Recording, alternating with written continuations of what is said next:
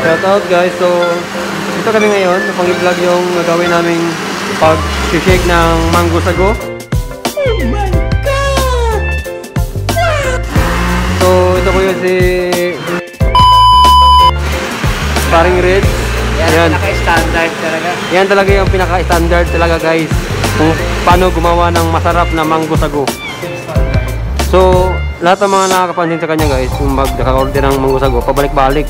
Hindi pa na uubos yung mango sago. More din ako. Oo, yun. Kasi napakasarap talaga ng timpla.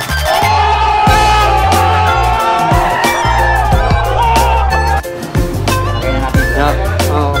So, shout out guys. So, yan, ilalagay lang sa lagayan. So, ngayon. Yung tama standard ang pagkakapit natin. Oo, yan, ganyan. Ganyan guys, i-focus. Dapat ganyan yung pagkatakip talaga guys. Yan, yung tumikim guys ng ano, yan yung pinakamagaling dito guys. Yung Super waiter. oh, super waiter. Super. Yung may charity na ano. So yun guys, maraming salamat. Hanggang dito lang tayo.